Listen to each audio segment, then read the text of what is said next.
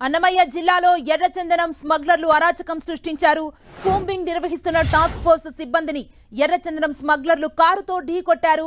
కేవీపల్లి మండలం గుండ్రేవారిపల్లి cross road వద్ద తెల్లవారుజామున ఈ ఘటన జరిగింది. ఈ ఘటనలో తిరుపతి టాస్క్ ఫోర్స్ లో పనిచేస్తున్న కానిస్టేబుల్ గణేష్ అక్కడికక్కడే మృతి చెందాడు. వెంటనే అప్రమత్తమైన పోలీసులు స్మగ్లర్ల కారును వెంబడించి పట్టుకున్నారు. కారులో 7 ఎర్రచందనం దుండగులు. అయితే దీనికి సంబంధించి కొంతమందిని కూడా అదుపులోకి తీసుకున్నట్టుగా తెలుస్తుంది. కొంతమంది స్మగ్లర్లు పరారయ్యారు. దొంగలనైతే స్వాధీనం చేసుకున్నారు. మిగిలిన ఇద్దరిని అధికారులు అదుపులోకి తీసుకున్నారు.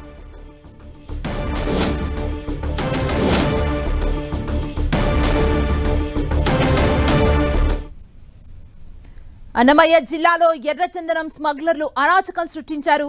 కూంబింగ్ నిర్వహిస్తున్న టాస్క్ ఫోర్స్ సిబ్బందిని ఎర్రచందనం స్మగ్లర్లు కారుతో ఢీకొట్టారు. ఇదే అంశానికి సంబంధించి మరింత సమాచారాన్ని మా ప్రతినిధి మురళి మనకు అందిస్తారు. మురళి, సుమా, నిజానికి ఈ ఘటన ఈ తెల్లవారుజామున 3 గంటల ప్రాంతంలో చోటు చేసుకుంది.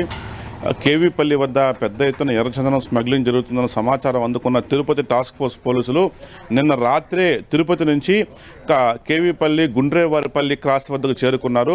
అక్కడ కాపు కాసి సరిగ్గా ఒక కారును పట్టుకునే ప్రయత్నం చేయబోయారు. అయితే ఈ విషయం తెలుసుకున్న స్మగ్లర్లు పోలీసులు తమను పట్టుకోబోతున్నారని తెలిసి రోడ్డు పక్కన కాపు కాచి ఉన్న పోలీసులపైకి ఒక్కసారిగా ఎర్రచందనం దొంగలు వారిపైకి కారు పోనిచ్చారు. వారిని ఢీకొట్టారు కూడా. ఢీకొట్టి మరికొంత దూరం వెళ్ళిపోయారు. ఈ నేపథ్యంలో కొంతమంది కానిస్టేబుల్ అక్కడే కుప్పకూలు పడిపోయారు. మిగిలిన వారు వెంబడించి మరీ సినీ ఫక్కీలో చేసి ఆ కారును పట్టుకున్నారు.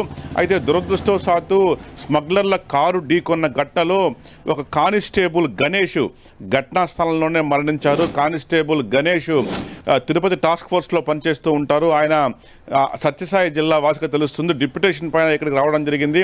వారంతా కూడా తిరుపతి నుంచి నేను రాత్రి కేవలం ఒక పక్కా సమాచారంతో స్మగ్లర్లను పట్టుకు ఉద్దేశంతో అక్కడికి వెళ్లారు.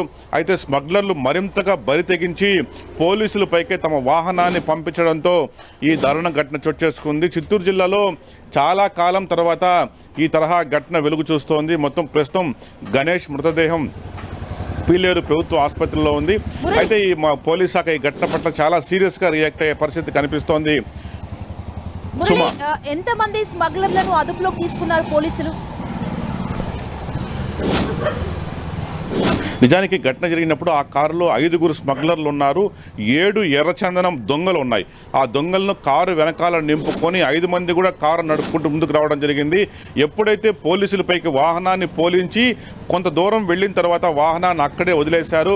ఈ నేపథ్యంలో 3 మాత్రం దట్టమైన చీకటి కావడంతో 3 అడవిలోకి పరారైపోయారు. మిగిలిన 2 మాత్రం అక్కడే ఉన్న విధుల్లో ఉన్న కానిస్టేబుల్ వెంబడించి మరీ 2 స్మగ్లర్లను అదుపులో తీసుకుని ప్రస్తుతం వారిని పీలేరు పోలీస్ స్టేషన్కు తరలించారు. ప్రస్తుతం 2 అదుపులో ఉన్నారు. మిగిలిన ఎవరైతే పారిపోయిన 3 కోసం కూడా గాలిస్తూ ఉన్నారు. అంటే మొత్తంగా ఒక్కసారిగా సాధారణంగా పోలీసులపైకి ఇట్లా వాహనాలని వారిపై ఢీకొట్టే ప్రయత్నం చేయడం అనేది చాలా దుర్మార్గం, అరాచకమైన చర్యగా తెలుస్తుంది. గతంలో చిత్తూరు జిల్లాలో ఈ తరహా ఘటనలు 1-2 చోటు చేసుకుని చాలా కాలం తర్వాత ఈవేళ స్మగ్లర్లు మరింతగా బరి తెగించారు. పట్టుబడిన వారంతా కూడా తమిళనాడు వాసులుగా అనుమానిస్తున్నారు. ప్రస్తుతం వారిని విచారించే ప్రయత్నం చేస్తున్నారు. మొత్తంగా గణేష్ ఈ ఘటనలో గణేష్ దారుణ హత్యకు గురయ్యారు. ఒక్కసారిగా కారు ఢీకొన్న ఘటనలో గణేష్ ఘటనా స్థలంలోనే మరణించారు. అతను మృతదేహం కూడా ప్రస్తుతం పీలేరు ప్రభుత్వ ఆసుపత్రిలో ఉంది. కాసేపట్లో పోస్ట్ మార్టం కూడా జరగబోతోంది. పోలీసుల అదుపులో ఉన్న 2 కూడా పూర్తి స్థాయిలో విచారించే ప్రయత్నం చేయబోతున్నారు.